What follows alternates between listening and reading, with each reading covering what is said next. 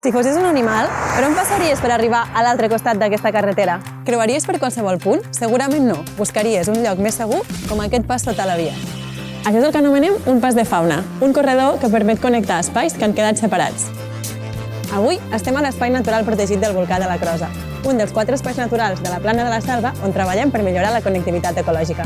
Com a la resta d'aquests espais, la fragmentació de l'hàbitat dificulta el desplaçament, la reproducció i la supervivència de la fauna. Per conèixer els moviments dels animals i detectar punts crítics, combinem recerca bibliogràfica, anàlisi cartogràfica i treball de camp amb càmeres de fototrampeig com aquesta, que s'activen amb el moviment i poden captar imatges de nit.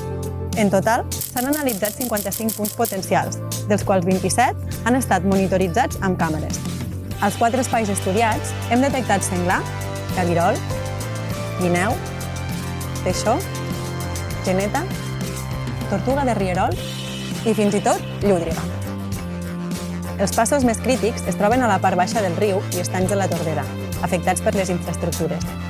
El volcà de la Crosa manté millor la connectivitat, tot i alguns punts insegurs.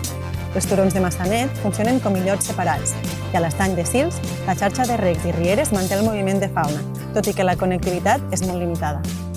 Aquesta informació és molt útil perquè ens ajuda a prioritzar actuacions per millorar aquests corredors i garantir que la fauna es pugui moure de manera més segura.